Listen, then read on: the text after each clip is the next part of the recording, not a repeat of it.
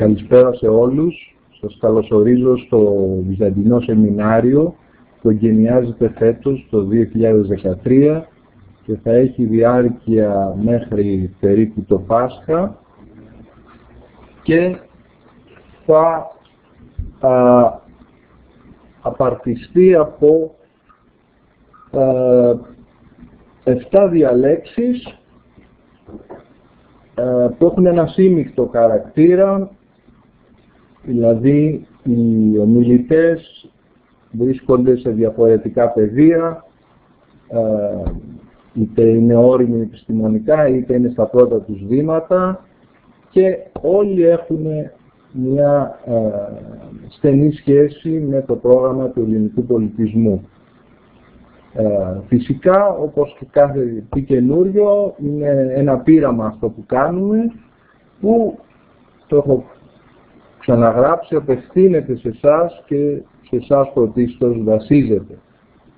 Επομένως, η παντός είδους συμμετοχή σας είναι σημαντική για να συνεχιστεί αυτό το πράγμα και να γίνει σιγά σιγά ένας θεσμός.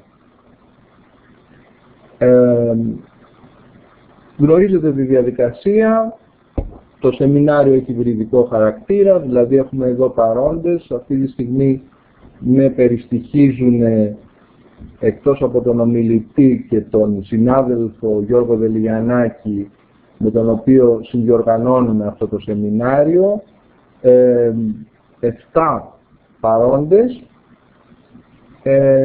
οι τηλεπαρόντες βλέπω είναι 19, είναι νομίζω ένας καλός αριθμός για να ακούσουμε τα ενδιαφέροντα πράγματα που έχει να μας πει ο καλεσμένος μας και να επακολουθήσει μια αγώνιμη συζήτηση.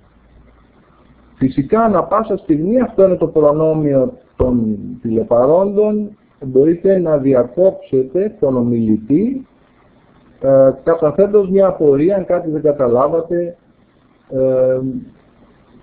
ή αν θέλετε κάτι να ρωτήσετε συγκεκριμένο, ένα σημείο συγκεκριμένο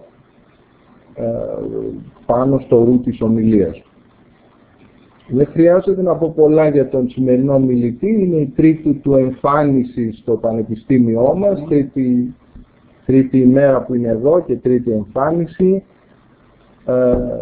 Είναι ένας διεπρεπής ιστορικός που ασχολείται, κινείται στο χώρο, θα λέγαμε, της ιστορίας των νοοτροπιών και στο χώρο της κοινωνικής ιστορίας, που εδώ και αρκετές δεκαετίες βρήκε πρόσφορο έδαφος στον επιστημονικό χώρο, στη μελέτη της αρχαιότητας και άλλων περιόδων.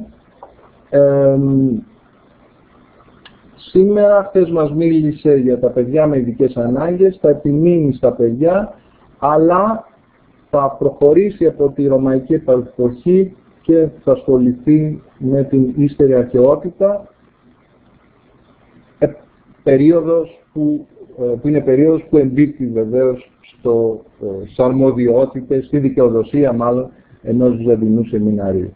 Σταματώ εδώ και δίνω το λόγο στον ομιλητή μας.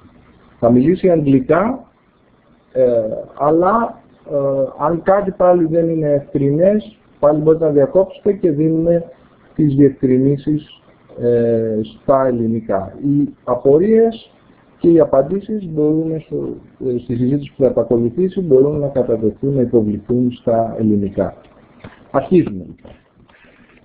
Κρίστιαν, θα του πω καλησπέρα στα Ολλανδικά. Guten Abend. Guten Abend. Ευχαριστώ πάρα πολύ και για την τρίτη φορά. Είναι μεγάλη χαρά και τιμή για μένα για να μιλήσω εδώ. Dear audience, this is going to be a rather conceptual reading also, and therefore because when we talk about continuity and change, we need to be very, very nuanced, and that's one of the reasons why I prefer to do it in English. Okay, what change did Christianity make? That's one of those typical questions a scholar of late antiquity often encounters during his scholarly life. It is, of course, the title of one of the most famous articles also by Macmillan. And before I'm going to apply this to 3 subjects, I just want to tell you some conceptual remarks about the whole continuity and change issue. A model which I discovered some 10 years ago, and which is actually a model developed by a scholar of the modern era, is the house of the history of mentalities. And it's actually a model developed by Michel Vauvel. I used it yesterday too for my lecture on the disabled children, but I will shortly explain the concept again. To Vauvel, the house of the history of mentalities actually consists of 3 floors. The ground floor is the floor of the material facts. Is also the floor of the number of sources we have. So, for example, for our subject of today, if you want to speak about changes in childhood, in late antiquity, then actually what sources do we have? How many times do we hear people talk about children? All those things. If you were to study gravestones, well, how many gravestones do you actually have? That's the ground floor. Then there's the first floor, and the first floor is what Vauvel has called the popular mentality. That is, what can you discover in, let's say, ordinary speech about your subject, so about family and children in this case. And of course, you might ask me, where can you discover that, let's say, popular speech?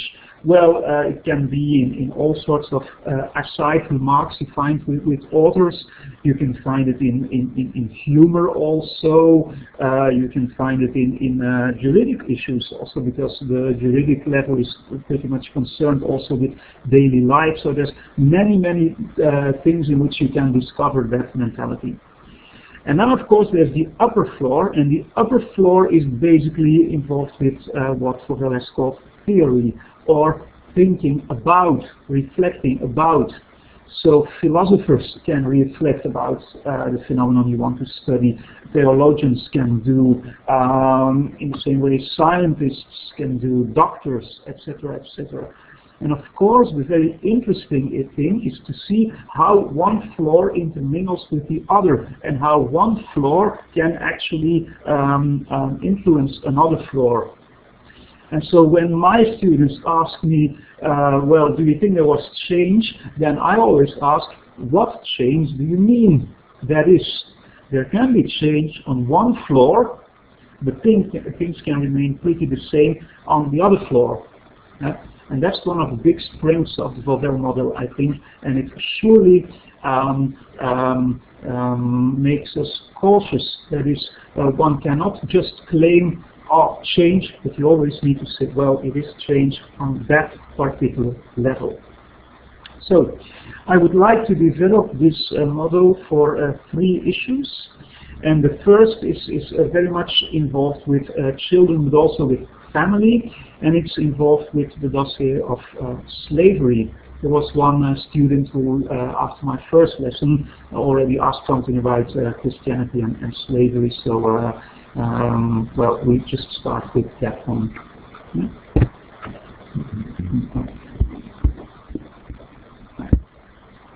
Okay. Well, the first slide has quite some text for which I apologize, but it's an extract from an article I wrote for an encyclopedia that I would like to introduce to you also. It's called the Handwörterbuch der Antieke Sklaverij.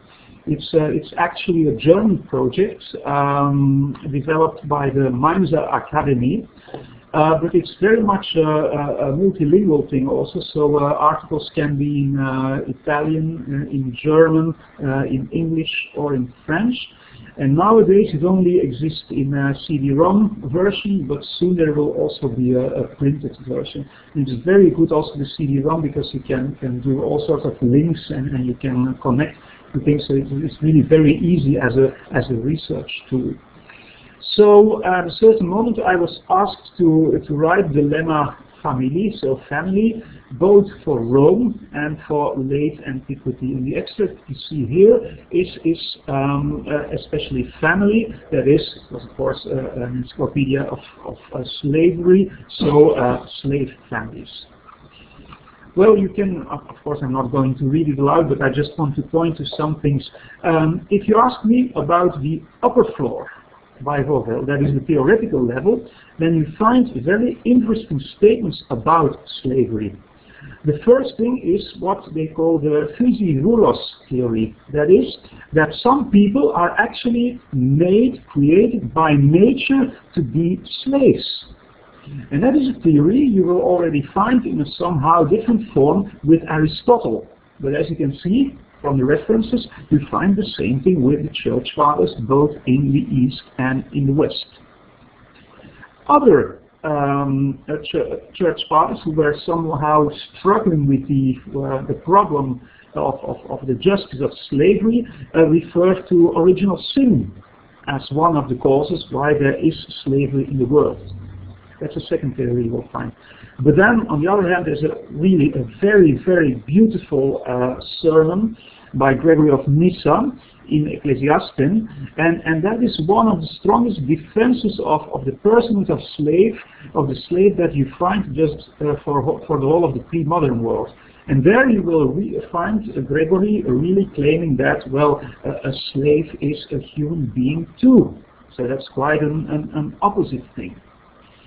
And then there's another sort of theory also that is somehow skipping the injustice of being a slave in the present world, because, of course, the important thing was that you were made ready for eternal life, the afterlife, where there was, of course, no slavery. So if you lived well as a slave, then afterwards you could have your reward in afterlife.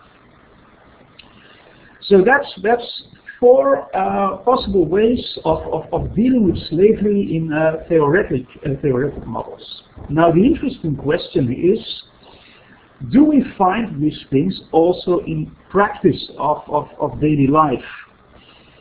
Well, there we need to say that also the church fathers, who often came from rich and aristocratic families, were slave holders.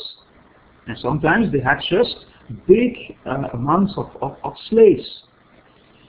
And we just don't know whether they treated their slaves very different from the way this was dealt with by the pagan contemporaries. Other things. The church fathers seem to take maltreatment and torture of slaves for granted, which was a very obvious thing in a world which was pretty violent in the end. There is indeed some opposition against the degrading institution of selling slaves, but then again you will see in the texts by the church fathers that there was still a lot of slave markets going on. So that did not really change. They oppose the using of slaves as sexual partners. But then again, because they insist so heavily on it, it's an indication that this was a thing that often happened also in Christian times, of course. Same thing for the splitting up of slave families. So there's Constantine law actually forbidding this. But again, you see jurists stressing this. So that means, of course, that it often happened that those slave families were split up. There are some indications that in practice things changed. There's a thing like about which I published the delicia, the so-called delicia, or the pet slave children. That is an interesting thing. They disappear in Christian epitaphs.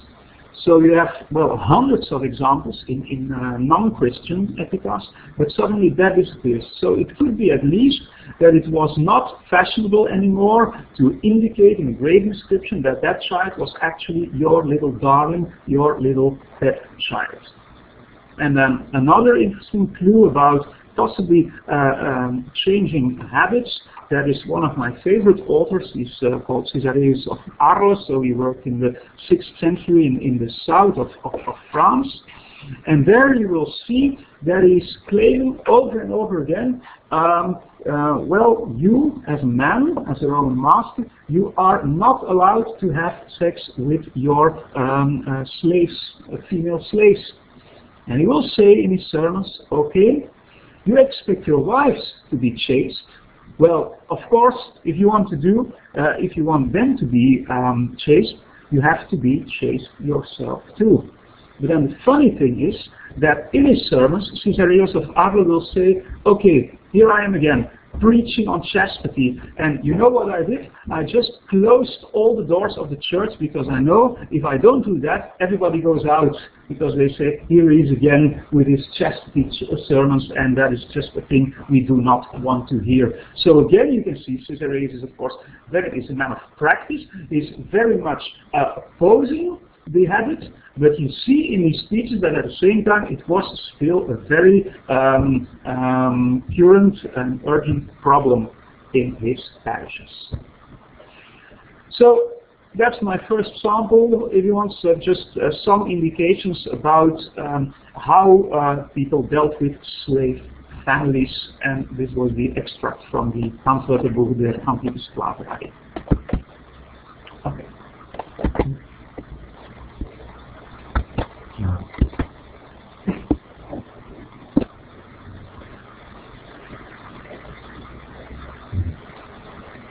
Yes, we'll just take the other one and I can come back to that.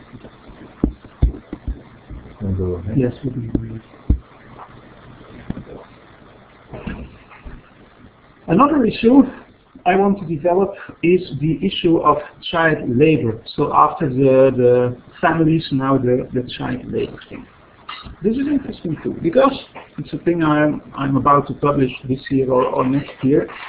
You can ask, well, could we actually discover differences here? Are there things that are different in the way a child labor is dealt with in late antiquity? So I just want to start. This is already a late 3rd century example, and this looks very much like let's say, a normal epitaph of a child, as you can find it in the 1st. In the 2nd century, it's just vis manibus, so it's just a pagan inscription, and so it is the pater who is doing this, so the father for his sweet son is filio dulcissimo, and the boy is called Antus. Yeah, it's surely in a slave environment, because also the father Julius Gamus still has that name that somehow refers to slave origin. So one can say, well, there's hardly anything special here or anything changing.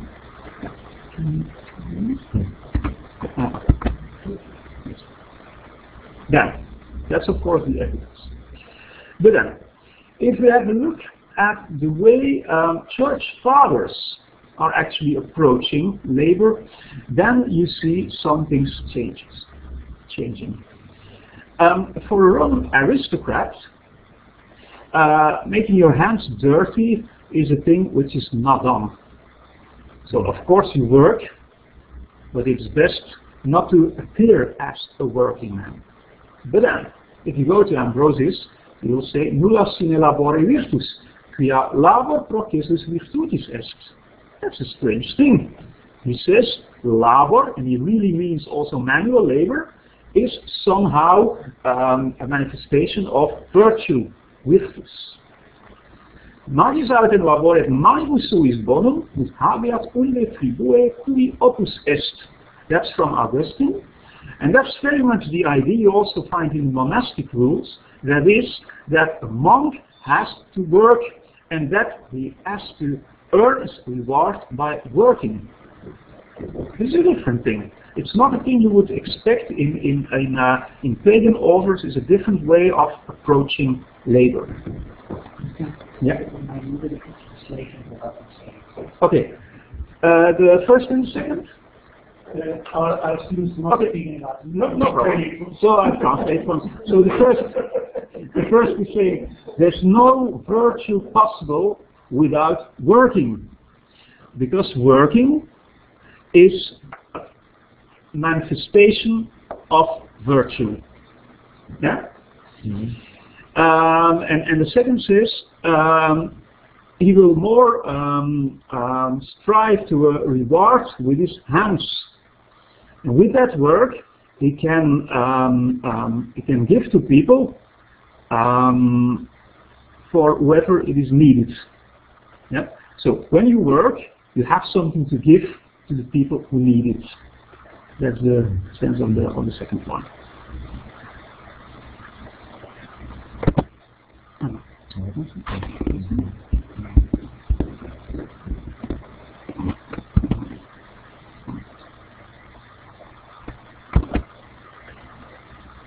Right. Our subject was child labor. Now, if you ask me whether child labor appears on pagan Roman funerary monuments, then you will find very, very little examples. You could say, this one, what is this? Well, it's for a boy. He's called Gaius Julius Philetus. And he's a freedman, and the man who freed him was Postumus. Okay, so you could say, what is that? There's no labor involved here. Well, this is one of the only examples we have of the non-Christian corpus where you actually see a child working. Because this young man, Philetus, was actually a child minder. That means, on the picture, which I do not have, it's difficult to have it for a PowerPoint, but it is like this really. On the picture, you see the boy taking care of a little child. So he was a child minder, but it is not reflected in the inscription. So if we were not to have the depiction, we would not even know that he was doing that profession.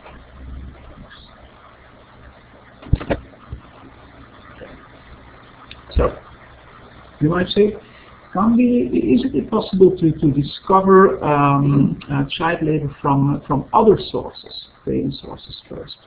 Well, sometimes you find children working, but then it's not really children, it's more in a mythological context. Like the Cupidos you see here, you can see, well, they're working with a boat and they're doing some things, but that's not really, of course, what we would call child labor. It's more the Cupidos with the chubby cheeks, etc., etc. But it might be an indication.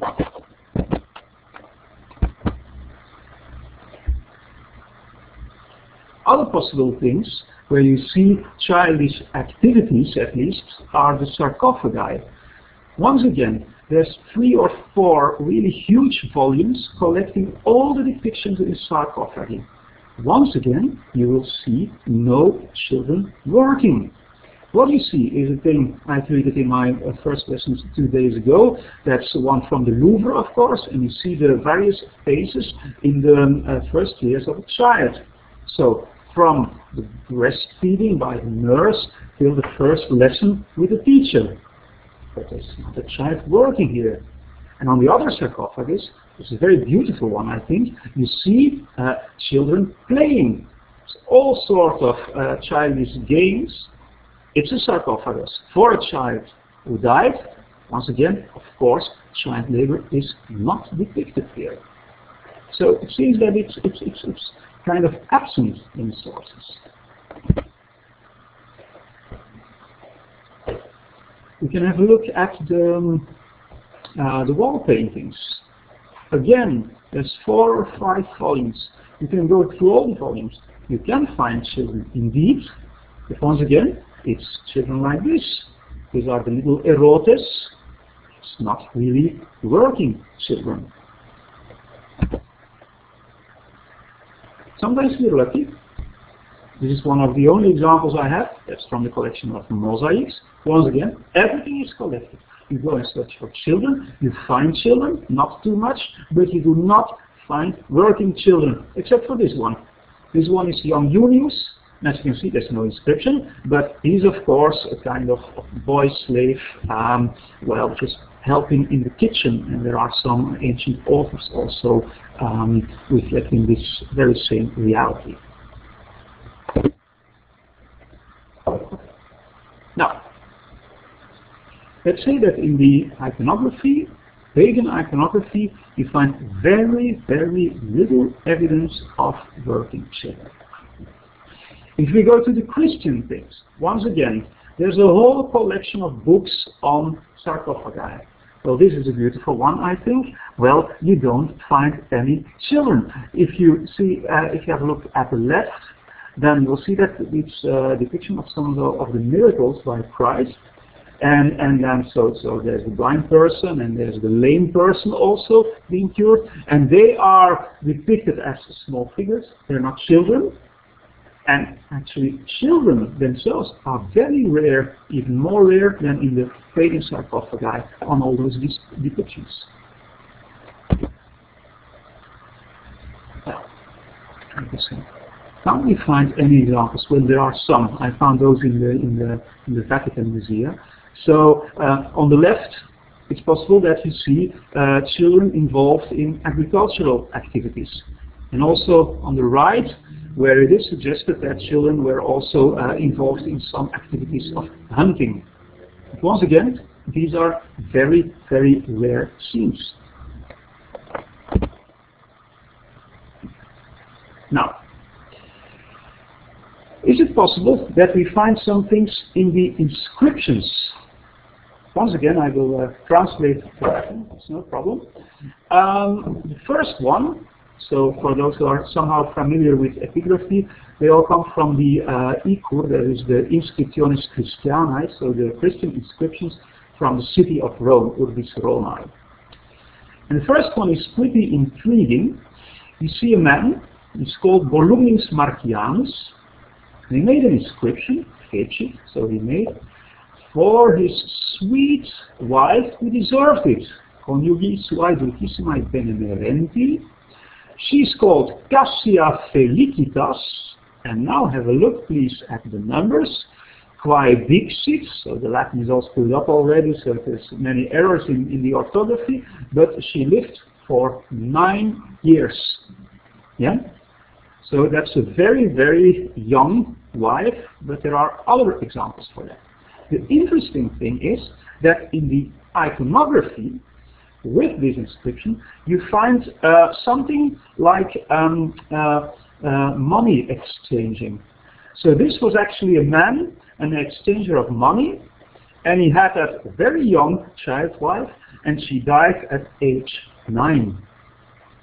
So somehow, perhaps because she's depicted together with her husband, she can have been involved with the business. Now the other is for a woman also, Feliclae Victori, and who does it? Well, it's Victor, the father, filio suo dulcissimo, so for his son, of course, for his son, quem vivum frumisci non potuerunt, obitur. So that means they, well, it's a bit cruel to translate it like this, but it is the parents were not in the possibility of enjoying their son, because he died.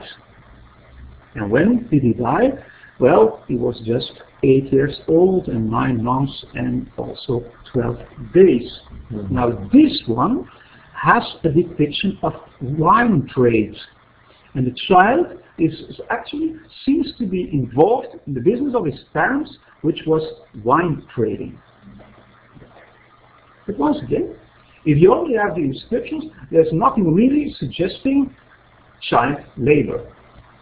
So it seems as if we are just not in the possibility to trace down child labor. Of course, you might ask me, well, are there no examples of epitaphs where you really find an indication that a child was doing a certain profession? Well, I did that study for the non-Christian inscriptions and found, let's say, 6 or 7% of the cases. For the Christian evidence, which you see here, it was even more difficult. There were no studies before, so I had to go through all the names of professions and then see whether there were children. And indeed, I found some instances, and again, it matches like 4 or 5% of the total evidence. So again, it's very little, but there are examples. And some examples are really strange.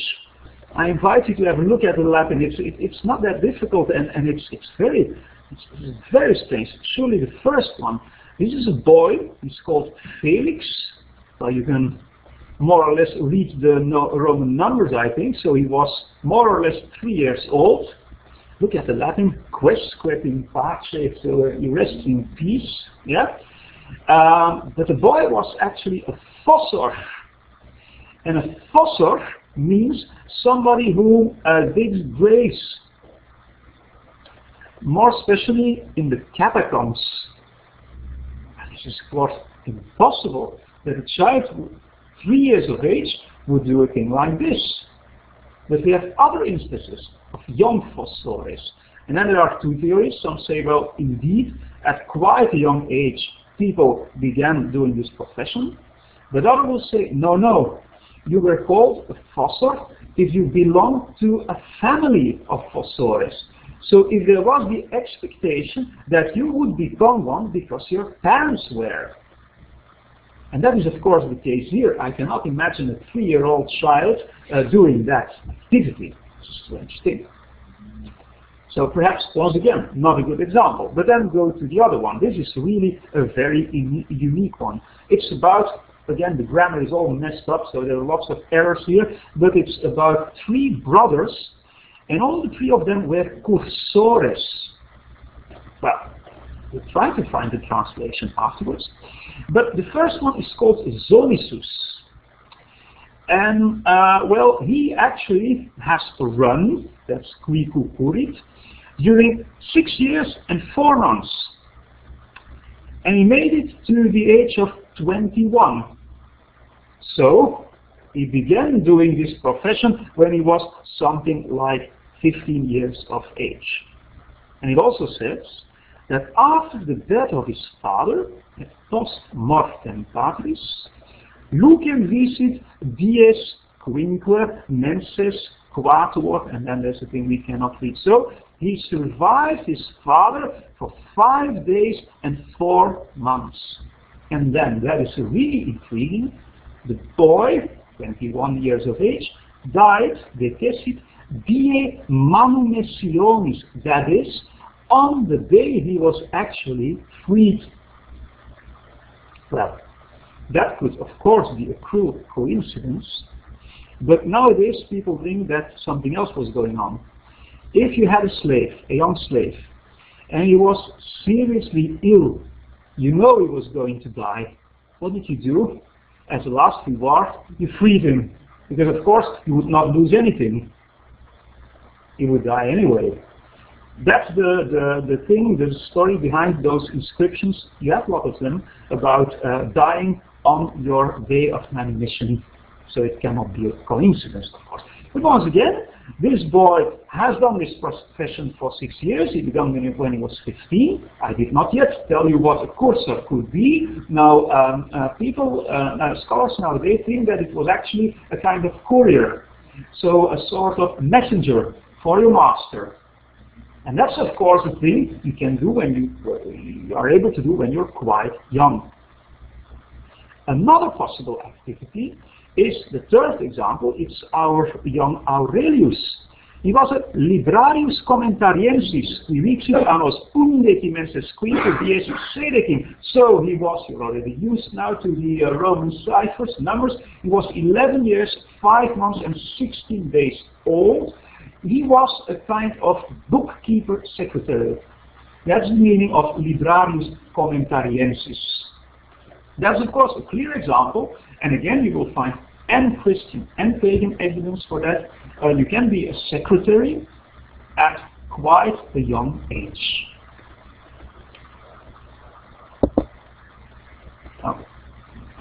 Now, to make a small summary, you hardly find any children working in iconography. Sarcophagi, there are few examples. Mosaics, few examples. Wall paintings, few examples. Why is that? There's a very, very nice book which came out some months ago by Jason Mander. It's about the depiction of children in Roman art, and he will say because child labor was so much a normal part of life that it was not worth depicting it. It was just casual. There's no problem with that, and you would not really depict it.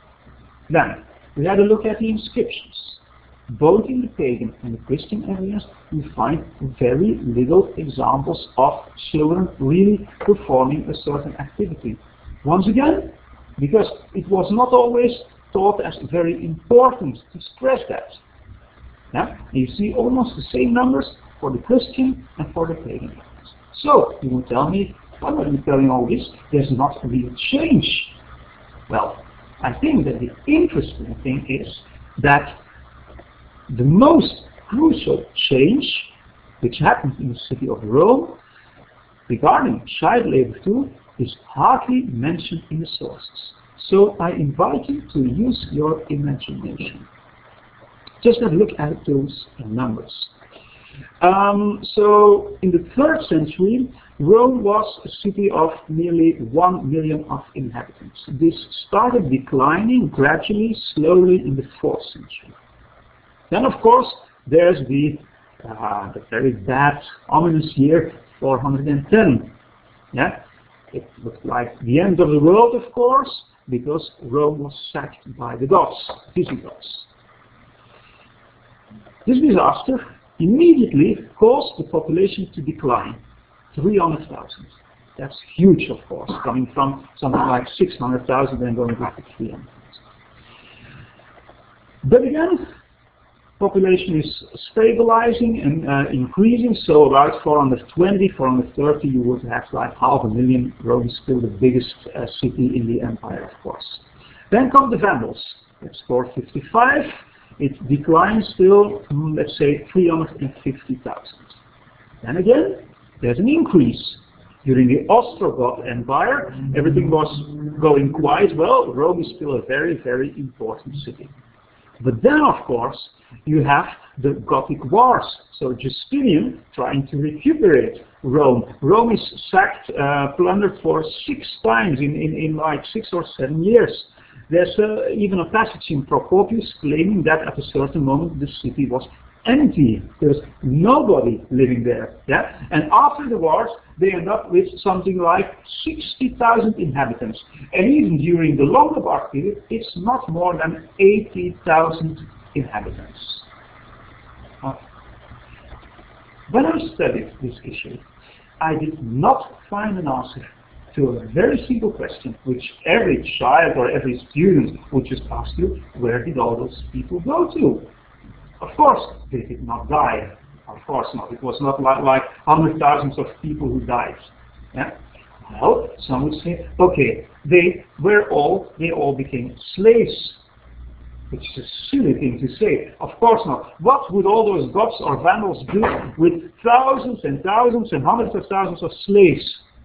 And if you have so many slaves, of course there's a huge decline in the slave market price. So that's just not possible. And how, materially, how would you have like 20 or 30,000 slaves? What would you do with it? So, where did they go to? There's a very interesting thing. There is some Italian research on the 5th and 6th and also 7th century pointing to what they call the troglodyte experience, or the troglodyte living. That means that there are indications of people. Can you imagine? You have lived in Rome for all of your life. You're an expatriate, you're a refugee in a certain moment. You're just going into there's place everywhere, of course. There's lots of empty spaces, and you just build a kind of urgency village, and there you live, and life goes on. And actually, if you also read poets like Claudianus, they will say, oh, happy is the person who never had to move in his life. Because in our time, everybody is just moving. Everybody is leaving the cities and they're trying to make the best out of it. I think it must have been something like that. So people disappearing from the cities, just wandering around and trying to make the best out of it. But that means that the most fundamental change in the life of children was hardly mentioned. I mean, there's a book by Kyle Harper on slavery in the late ancient world, which I would highly recommend to you. I think it's really a brilliant work.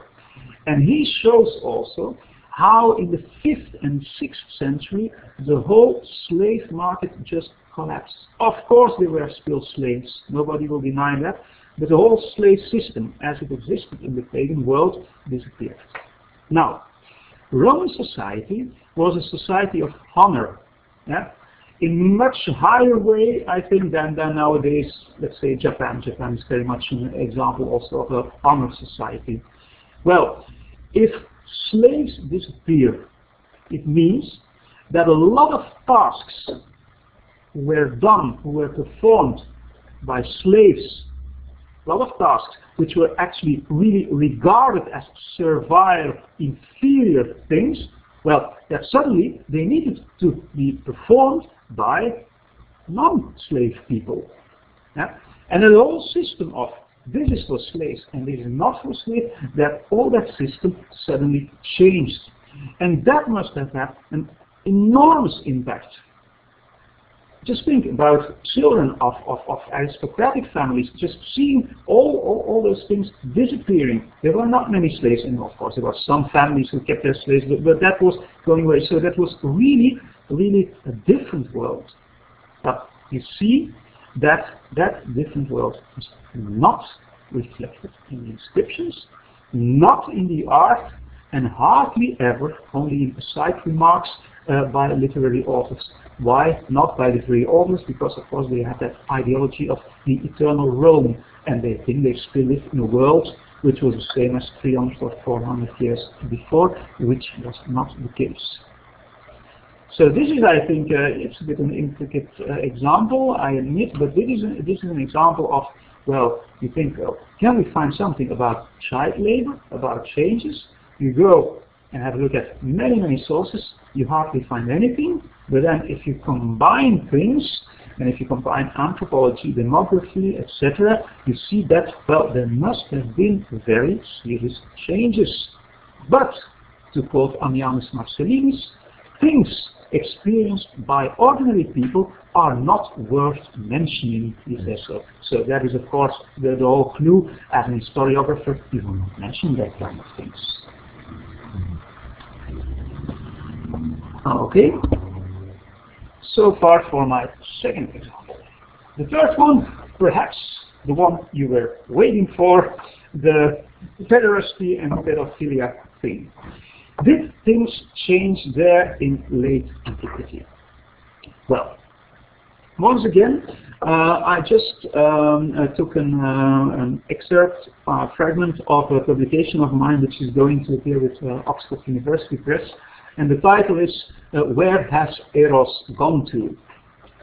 And I described there how one of the fundamental changes made by Christianity was exactly that condemnation of pedophilia, pederasty. Now once again, we need to be very nuanced.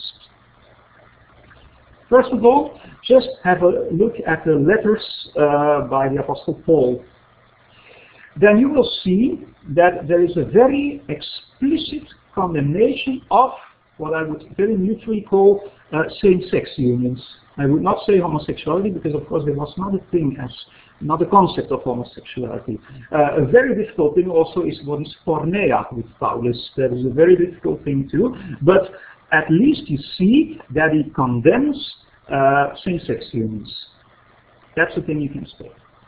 De facto is this a condemnation of boy love, or what we would call pederasty. Why?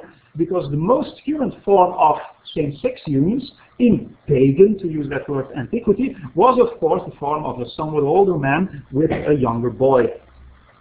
So that is explicitly, in a way, implicitly and explicitly condemned by the Apostle Paul. But this is very important to notice. In this, he was not unique and he was not the only one. He was, of course, influenced by his Jewish background. You will find very much the same condemnations with an author like Philo of Alexandria. Yeah? He will many times really explicitly condemn pederasty.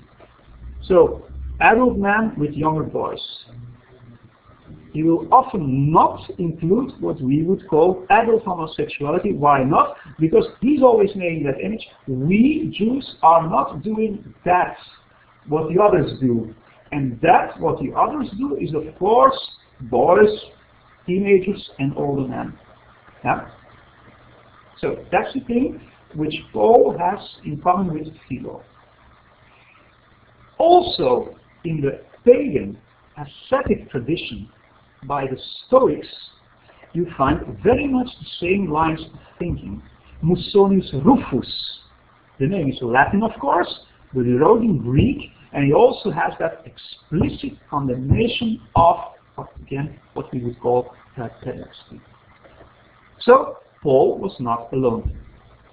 Now, if you have a look at things like the monastic rules, 4th, 5th century, etc., you will see that there's also that condemnation of boy love, but it's not a unique condemnation of that, because of course also lust and love for women is prohibited for monks.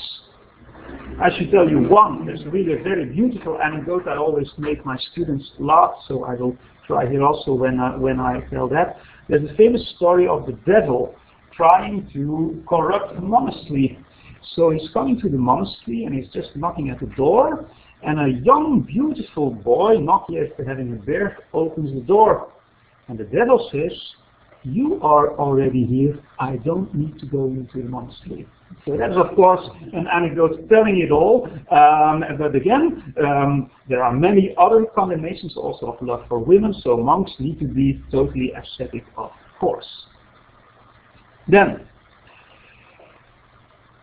some of the articles that I will quote in the next slide point to the emergence of a word, kind of neologism, Greek word, paidoptoria, which means, of course, the corruption of boys. This seems like very much a Christian coinage, so a Christian neologism.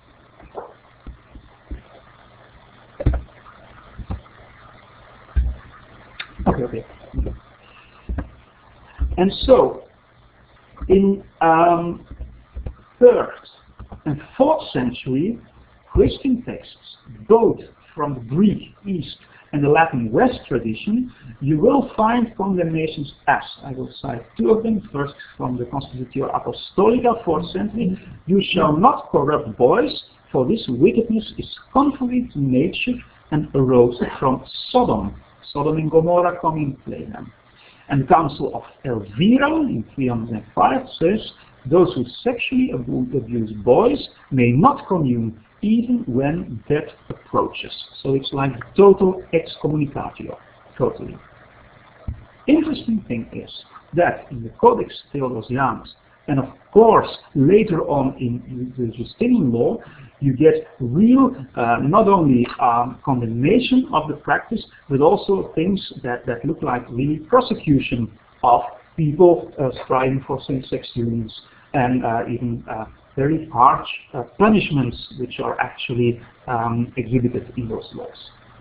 Now, the thing I wanted to do in that text, which you can you perhaps already read, is that actually Christianity focused on two things which were very normal in the pagan world and to which they opposed. The first one is the prostitution thing. Of course linked with the biblical image of Israel behaving as a whore, etc. So the prostitute is bad. The other thing that is bad is the same-sex unions. And again, kind of arguing is in another book which is forthcoming, shows how, in a way, this Christian thought comes in the 3rd and 4th century and is enforced when church gets stronger. It's of course a very intricate thing how they actually did it, but you see that in the 6th century, if you take a Roman from the 1st century and you take him with a time machine going to the 6th century, then he would really feel like being in a totally different world. There's actually a Justinian law forbidding every form of prostitution, not just being a thief, but also being a prostitute, which for a Roman was the most absurd thing you could imagine. There's a Visigoth law from Spain prohibiting with punishment masters to have sex with their slave girls, which was really for a Roman master the most obvious thing you could do, because of course you could do whatever you want with slaves. But in the 6th century you had an explicit, not just condemnation, but also punishments really enforced by law. And if you read Procopius, then you will see that there are really political opponents of the emperor, even bishops, being prosecuted for love with boys. Again, a thing that in the Roman world would have been totally unimaginable. So, I think that as a traveler, you will have noticed that too. Often when you experience another culture as different from yours, it's often connected with how people regard the body or things like sex. So if that is different in another society, we will immediately feel like we're in another world. That's not a value, that's not a moral judgment, but just we feel we're in another world. Well, in that way, I really believe that if you were to go from the 1st century to the 6th century, then you would really sense that all those theories that existed about asceticism, about same-sex unions, etc., were really also implied in practice, and that you would have felt being in a different world.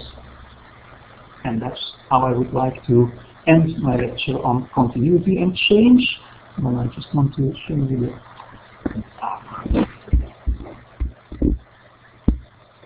the last slide, which includes the articles I've used for this lecture. Thank you for listening.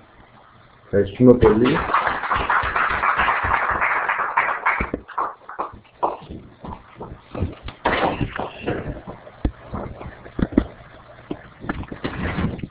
Ευχαριστούμε πολύ τον κύριο Λάς που μας ξενάγησε σε πολλές πτυχές των μεταβολών από τον ρωμαϊκό στον ύστερο ρωμαϊκό, από τη ρωμαϊκή αρχαιότητα στην ύστερη αρχαιότητα, από τον αρχαίο, τον εθνικό κόσμο στον χριστιανικό. Μας κέντρισε το ενδιαφέρον με πολλά πράγματα. Περνάμε αμέσως σε ερωτήσεις, είτε από τους παρόντες, είτε από τους τηλεπαρόντες. Και επειδή οι παρόντες ο λόγος είναι πιο γρήγορος από τη γραφή, μπορούν να αρχίσουν. Κυρία Βέικο. The first one, you said that the flow where citizens were not allowed to have sex with their female slaves. Well, say that there was no such law, and they had sex with the individual when there was a child. Then the child would not be able to be Roman citizens. So,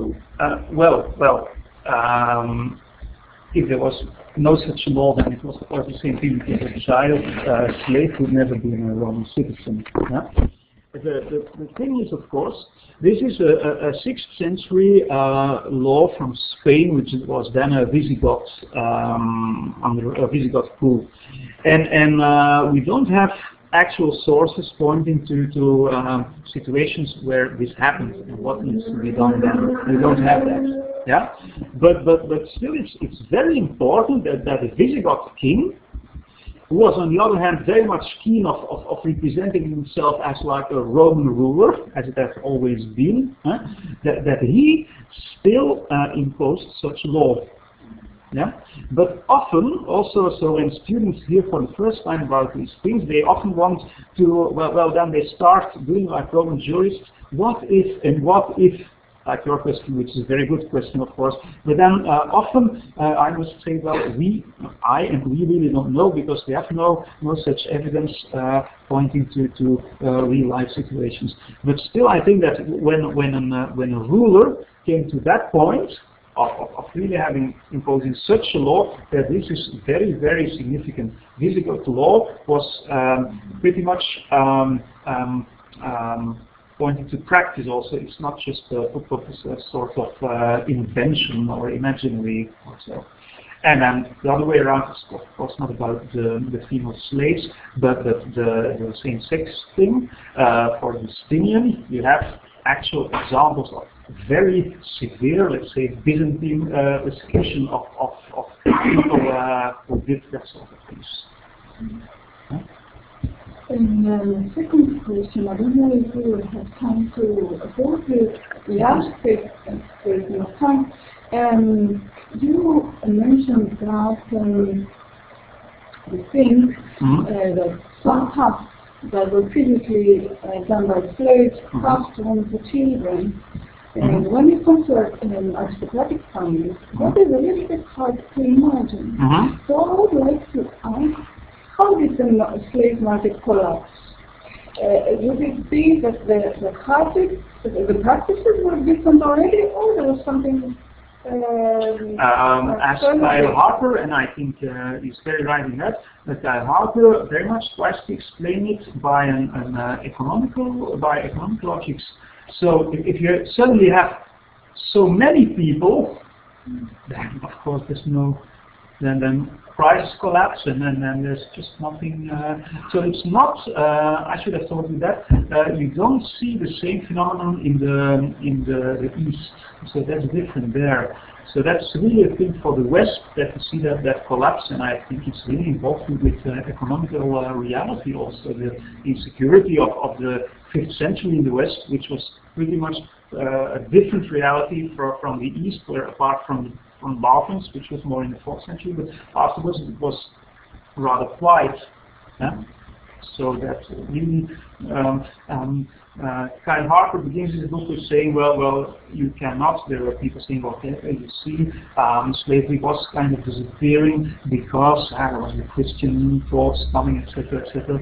But then again, to go back to Vauvel, I would say that was very much a thing of ground floor, so material circumstances changing. Ωραία.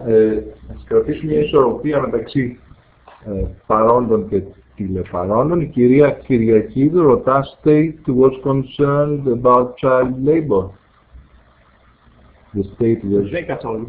Not at all. So I once did an interview for a Flemish newspaper, and then when my book came out, and then afterwards they titled it Child Labor and Pedophilia, No Problem. And I was a bit embarrassed by that, but of course I said something like that on a question, so it was not, it was never problematized, because it was not even an issue. There is not a word for child labor in antiquity. The whole issue of child labor is a thing that is very much a phenomenon from the Industrial Revolution. Then, of course, afterwards you get philosophers and theologians, etc., also opposing this and say we cannot do that. Yeah? But before, it was never considered a problem or an issue. Even nowadays, just have a look at the reports of World Health Organization, of the United Nations, something like that. They will carefully distinguish between child work and child labor. And they will say, okay, child work is a good thing. Surely in societies where there is nothing as a good educational system.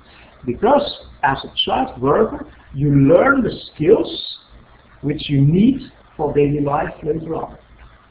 Whereas child labor, according to the United Nations, are all forms of exploitation of children. So that is harsh physical activity in mines or sex industry or dangerous things, whatever. So, but for them, it was normal part of life.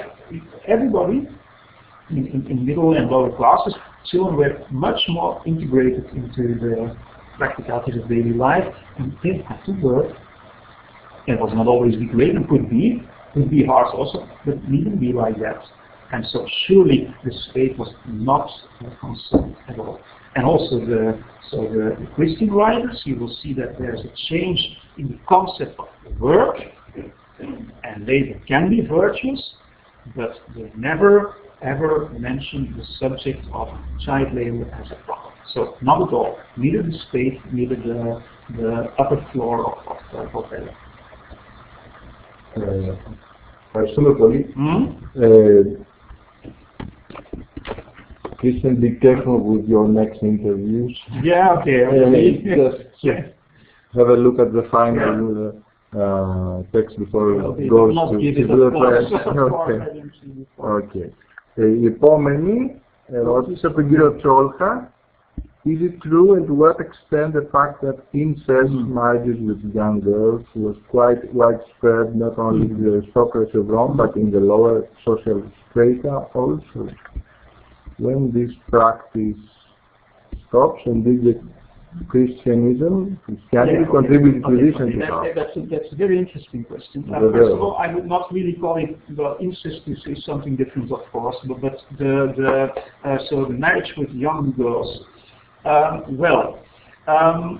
First of all, how can we know, of course, that's one thing. Scholars already in the 60s and the 70s have tried to collect all inscriptions which give indication about the age at which a girl was married. Yeah? And then you see, you find out something like what they've called a teenage marriage pattern. That means, if you have a look at the inscriptions, it's like, well, you often find girls 15, 16 years of age being married already. Now, there's a very complicated discussion. There can be some bias in the inscriptional evidence. I'm not going into that now. But if you then have a look at the census from Greco-Roman Egypt, you will also see a late teenage pattern, a marriage pattern. That means that most girls at age 18 or 19 were married, whereas men demographically were something like 7-8 years older, so let's say in the midst of their 20s, 25. Now the question you are referring to is, of course, there were also marriages with very young girls. According to Roman law, it was prohibited before age 12. But I cited one inscription where you have a younger girl, and there are some 10, 20, 30 of such inscriptions. So that happens too. Some scholars have tried to explain this as a sort of betrothal. So what's the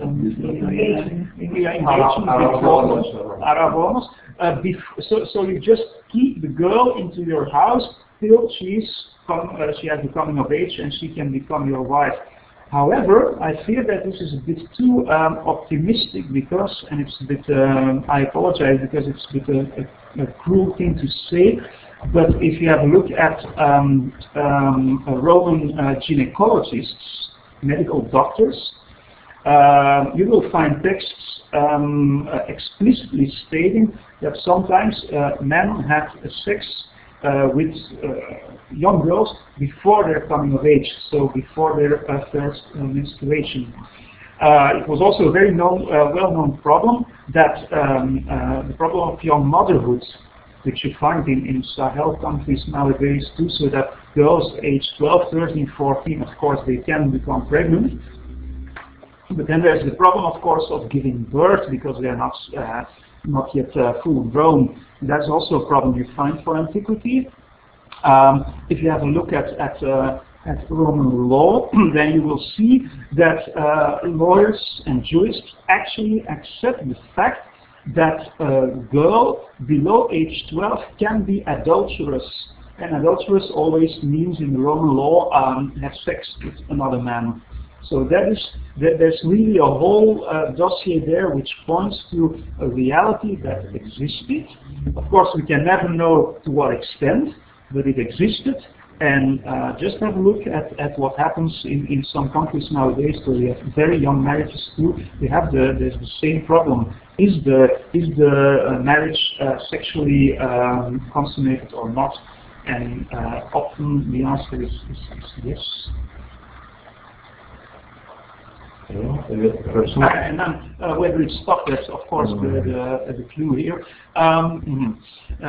There's an article.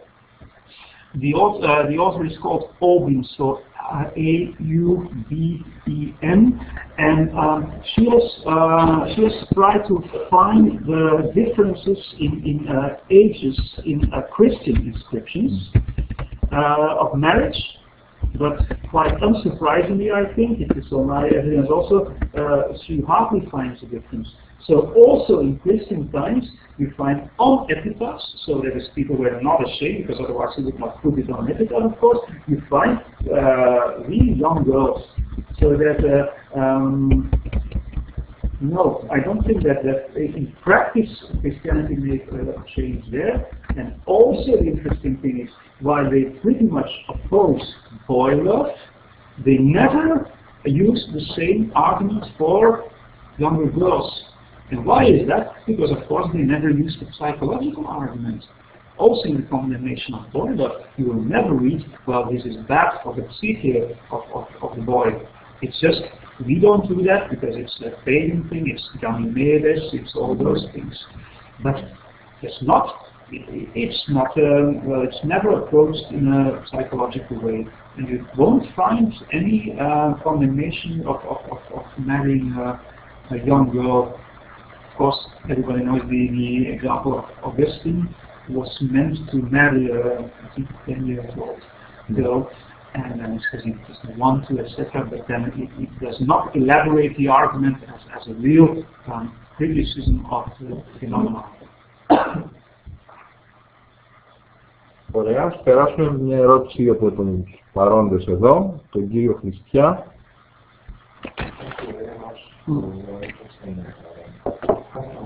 Yesterday, Thank you. I was taught from a person I didn't ask yesterday. Okay. But if you repeated the same thing today, I'm quite curious actually. Why do you say that there's no concept of homosexuality in ancient Greece? Okay. There is the fact, and there is the expressive means to designate the fact. Mm-hmm. You will find such an inscription in Plato. Of course. It's the word we have used, Plato's Torah. Yes. Maybe taken from Plato's figures. Yes. So why do you say that there is no concept of homosexuality? Well, I will explain simply because our concept of homosexuality, of course, as I told you yesterday, it's a thing that started from psychiatric terminology. So it started as a psychiatric term in the 19th century. Our concept is very much related with identity. So basically, now I'm talking, it's a bit rough to say it like that, but basically we will say what a person does in bed constitutes his identity. So I am F and he is homosexual or heterosexual. And then if somebody whom we label as homosexual would suddenly have a girlfriend, we would find that strange.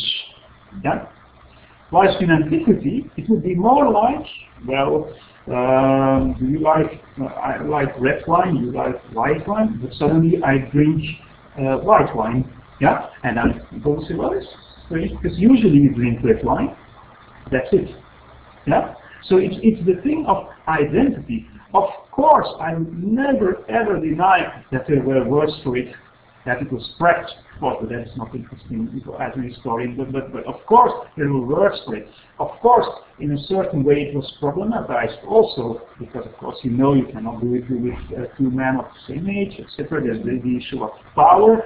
So I would surely never deny that, but I would deny that they have that concept of that what you do in bed constitutes your identity. I think that so that's the thing.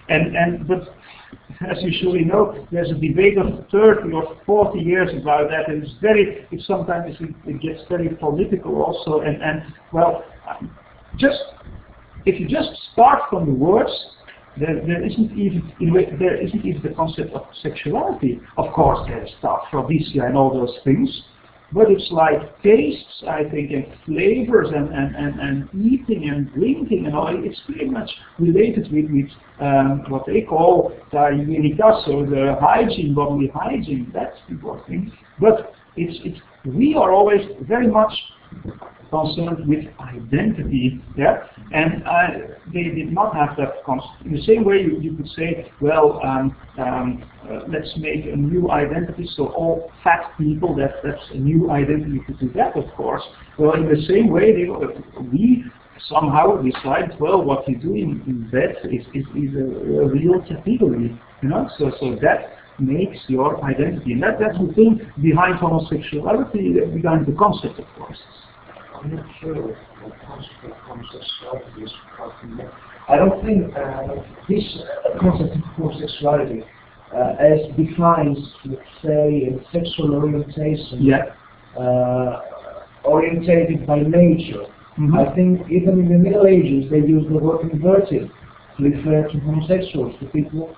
Surely, but so this actually categorized homosexual people by their natural tendency to have homosexual use. No. Surely, there's even, I think it was Caius Aurelianus, there's even in antiquity a medical explanation of why are certain men only attracted by men. Yes, obviously. You will find those things, and of course, if you read Thomas Aquinas, you will think about what is natural inclination and then what is not natural. But it's always it's connected then with bestiality and all that kind of thing. So that's what. But yeah, we have the thought of nomos and physis. Yeah, I would never deny that. But that is even there are some medical theories, that's true, and some philosophical also, but really I don't believe, of course, the thing is, our concept is, the concept of homosexuality is widespread, you know, it's not just something from psychiatrists or... Our concept of democracy is different today, because you cannot state that there was no concept of democracy in the ancient times. Yeah. But there, I know. But there, at least you could say that they have that word which you already read with Herodotus, demokratia. But you cannot say that, I think, for. Well, you cannot say homosexuality, but there were words designated the thing. Like, yeah, I know. There's all this. Could you give me an example, because that's an interesting thing. What would you? Let's say the eromenos. But that's something different, of course. That's the man that has sex with a man, it can only be said, or it can only be said for homosexual love. But in the same way, I could say there's words for the one who loves wine and the one who loves. So of course, they describe all things. So I would never ever deny that. Plato calls them erastes canon. The older people that love young boys. Okay. Yeah. So, but you call it? Yeah, I know. Of course, the identity issue is a very. We could have the same discussion about, let's say, blacks in antiquity. It's pretty much the same thing. We could say in the Middle Ages, sodomite. Yeah. Okay. And what is a sodomite? Exactly. Could you tell me? That's a very difficult thing. I have family living in the States, and once we went to was a kind of like a Protestant meeting, so teacher there, and there were just little young children, and they were just reciting, and even having sermons, and they were always speaking about fornication. And what does it mean? Fornication. What does it mean? Not only that. Nobody knows. According to the Catholic canons, the sin of fornication is having sex without externally to marriage. Fornicator is the one who has sex without marriage. Okay, but then it's not. But actually, it's not. Yeah. Sodomite if it's with one man. Yeah.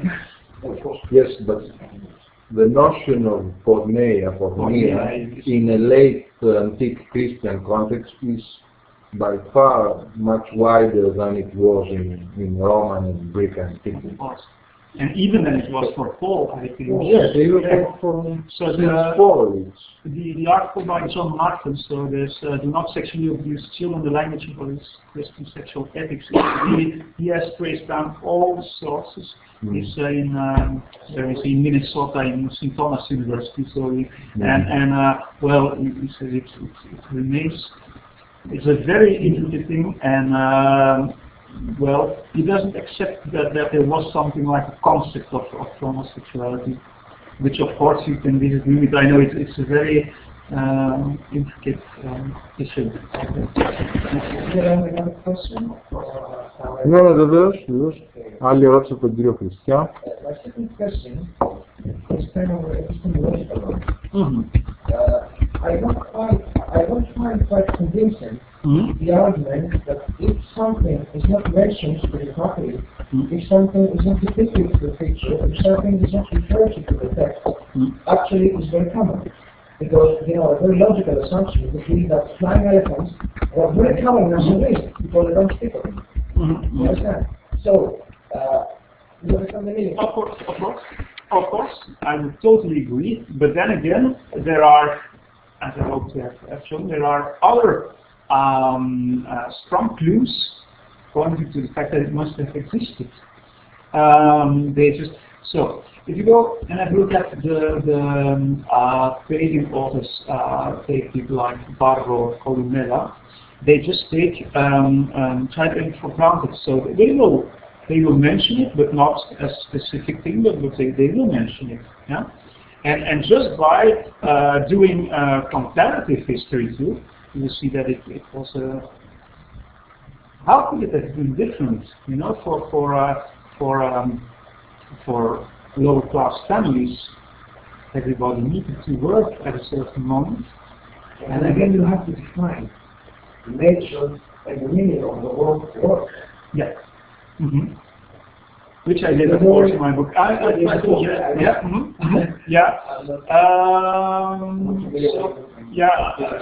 But no, you're absolutely right. So I try to define it as an activity you do, and we discern it. There's a difference, of course, between work and free time, and you're not totally. So you're in a way. You have to do it because society expects it.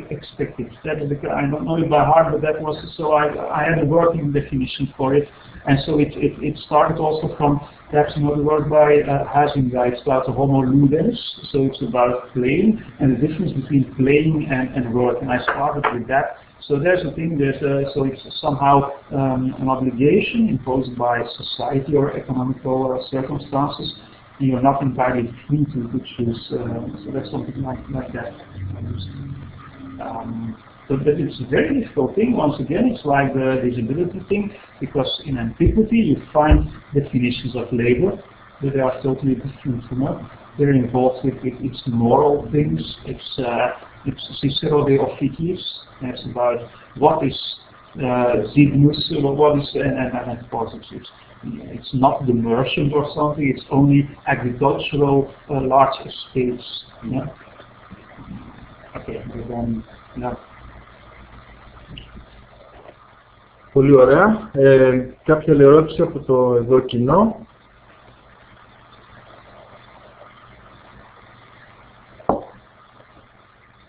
Κάποια ερώτηση από το εκεί κοινό, από το τηλέκοινο.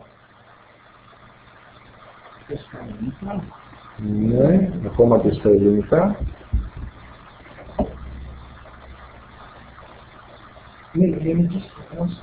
How would you translate cursor? Cursor, messenger. Messenger. That's what I thought. Yeah, messenger. Ναι. Κανένα πρόβλημα. Ήταν άνθρωποι γονείς που δεν ενδιαφέρονταν ιδιαίτερα για τη δουλειά και στην αναδείξη αυτής της κοινωνικής δεν υπήρχε κάποιο όριο να φτάσει σε έρευνα.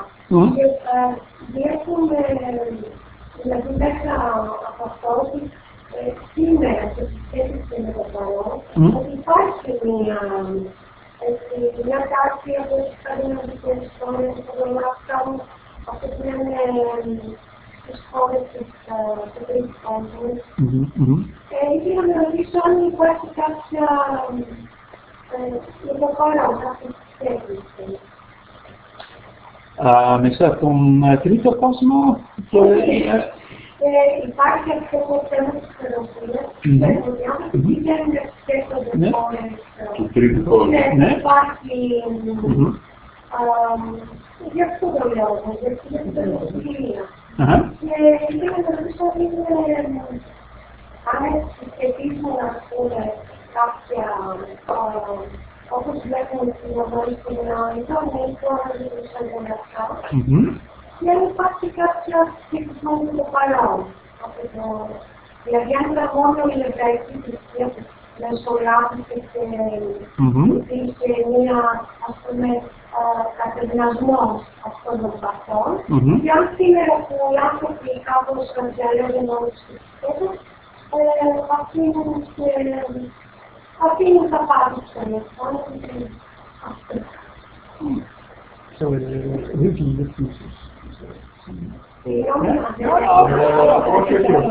Απλώς η διαφορά νομίζω είναι ότι σήμερα, όπως γίνεται, πρέπει να πάνε, όπως γίνεται ο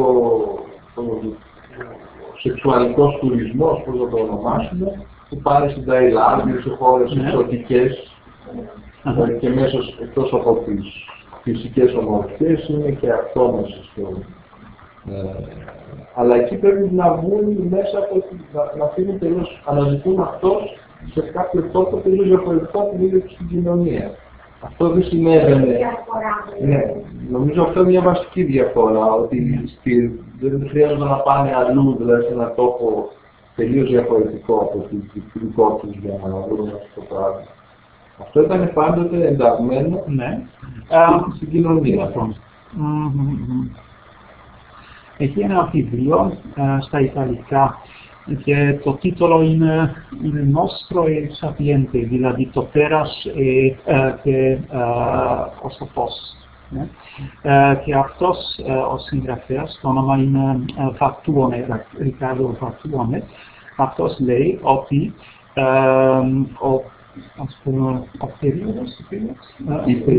η περίοδος του ίντερνετ έχει αλλάξει τα πράγματα, γιατί αυτός που θέλει παιδιά μπορεί να τις ψάχνει στο ίντερνετ. Στο παρελθόν, πριν το ίντερνετ, ο παιδοφιλόφιλος στα χωρία ήταν σαν ένα άνθρωπος λίγο παράδοξος και ιστοριακός, marginal. Και τώρα είναι πιο εύκολο, γιατί το σεξ έγινε σαν κάποιο πράγμα που μπορείς να αγοράσεις εύκολα στο ίντερνετ. Αυτός ο Fattuone έγραψε ότι τώρα ο παιδόφιλος μπορεί να έχει τις ειδονές του στο δωμάτιο μόνο με το κομπιούτερ. Και στην αρχαιότητα, ο σοφός, il sapiente, αυτός ήταν Solon, ο Αθηναίος Solon, και αυτός αγαπούσε τα παιδιά. Μα αυτός δεν σκέφτηκε ως τέρας, ο monster. Και αυτή είναι η διαφορά. Yeah. So he will say that now, so the pedophile is not only a criminal, but is also, he can be just have his own thing in a room or something like that. So while in antiquity, Solon was not at all regarded as criminal. And he also links that with things like commercial pornography and that it's easily accessible. Νομίζω αυτό που λες, Κρίστιαν, είναι ότι πλέον αυτό το να είσαι παιδόφιλος συσχετίζεται με μια μόνιμη, ας το πούμε, ιδιότητα. Ναι. Δηλαδή είσαι παιδόφιλος μόνο και μόνο επειδή στο ίντερνετ παρακολουθείς site σχετικού περιεχομένου και μπορεί να μην έχεις πειράξει κανέναν, να μην έχεις κάνει κανένα ποινικό αδίκημα. Έτσι. Ένα μεγάλο πρόβλημα είναι... Αντίθετα στην αρχαιότητα μπορεί να είχε σχέσεις με παιδιά και να μην ήταν καν. Ένα μεγάλο πρόβλημα είναι και ο ορισμός της λέξεως παιδοφιλία. Για τους ψυχιάτρους σημαίνει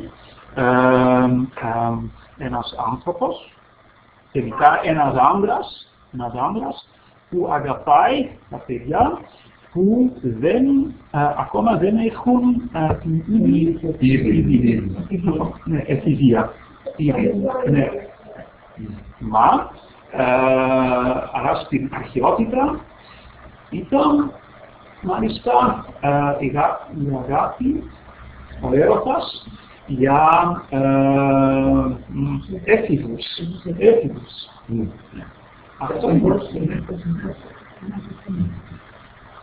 Αυτό είναι πολύ δύσκολο. So pedophilia also it started as a psychiatric term. But if you use it in a juridic way, then it's different between single countries. I think Albania is something like 14 as the age. Yeah. And with us it's 16. I don't know what Cyprus has. But there also it can be different between different countries. Στο Βέλγιο είναι έτσι από 16 χρόνια και υπάρχει να έχει ελεύθερο. Αλλά αν ο άλλος είναι responsible, υπεύθυνος σαν καθηγητής σου, τώρα είναι 18.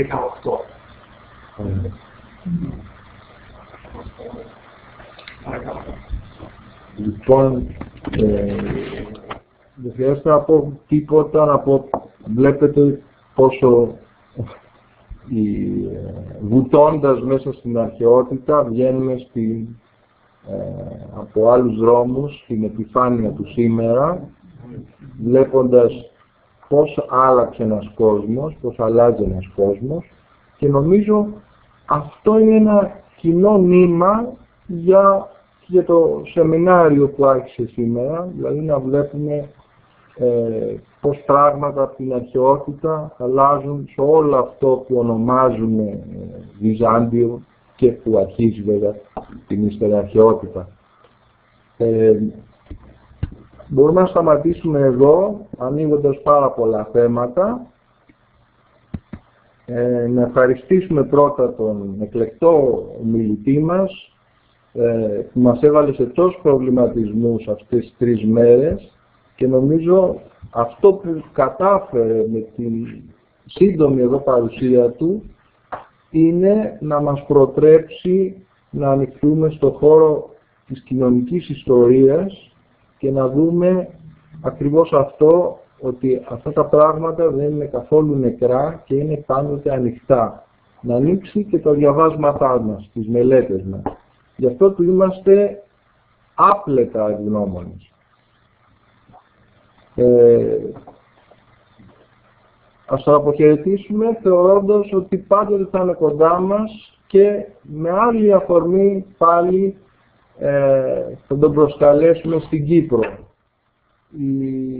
Και μπορεί να τον κάτι ακόμα πιο εύκολο να τον καλέσουμε